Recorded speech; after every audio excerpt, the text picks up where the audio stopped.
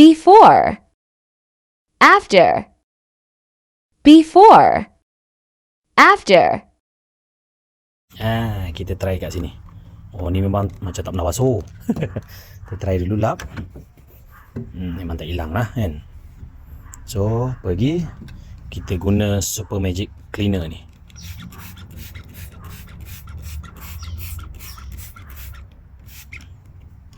Kita biarkan dulu.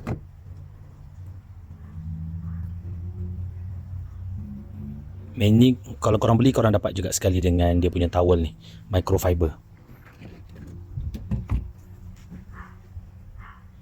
Tengok guys, bila korang letak, dia akan ada, nampak tak? Jom kita try lap. Wah, jadilah. Nampak? Power betul. Hilang lah.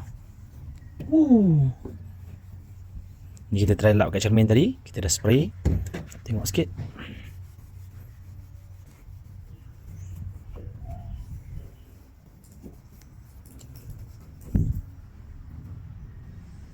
Ni sebelum, selepas. Nampak tak? Ni yang belum, ni yang dah.